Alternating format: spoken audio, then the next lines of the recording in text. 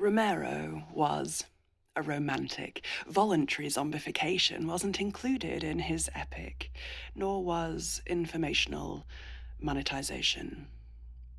We are the mumbling, stumbling masses with a brain-dead, GM-fed, disposable classes, deafened by the rumbling malice used to reassure us it's the somnambulist's sonorous, psalm-like chorus. It's their fault. Obey. It's their fault. Comply. It's their fault. Accept.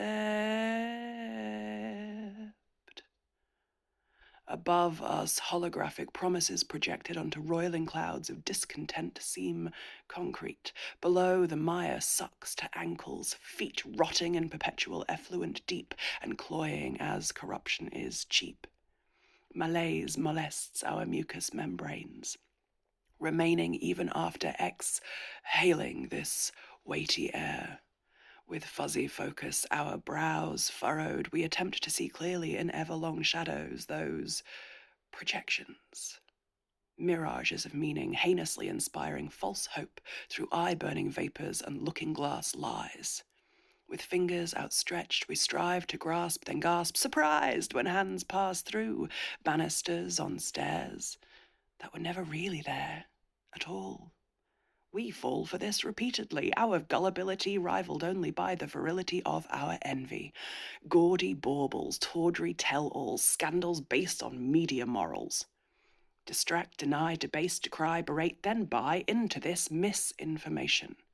Visions of similar vexatious veracity we are force-fed emphatically until this aspirational claptrap is snapped up by strapped-up facsimiles of fashionable pretense. In their defense, all face paint is war paint and all clothing is fancy dress, and yes, I too am subsumed by this murky world.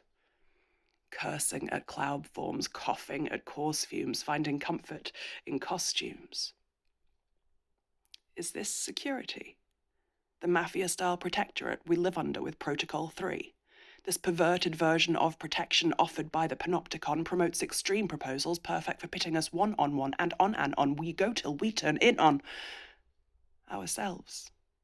Belly flames long gone cold, with ejected cut price wholly sold, raised on debt and dreams of gold, forget ever owning anything. Political correctness causes steroid-thin skins to equal the pages of the books we binned and burnt, never having learnt to critically think our way out of the mess that we're in. Overused superlative responses outstretch soaked and underrated nuances to polarization purpose.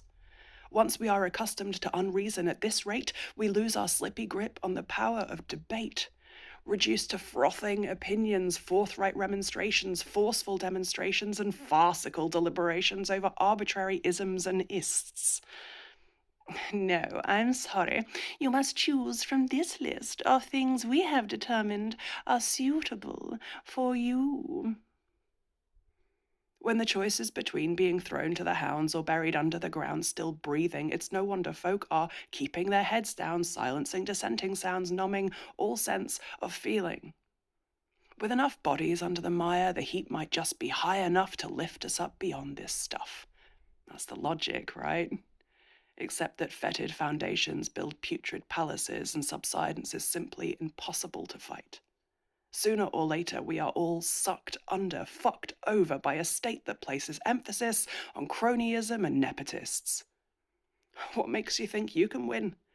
It's not a case of sink or swim. We need to invert the way we think to even have a chance. They aren't world leaders. They are world servants. And the sooner we remind them, the sooner we end this macabre dance.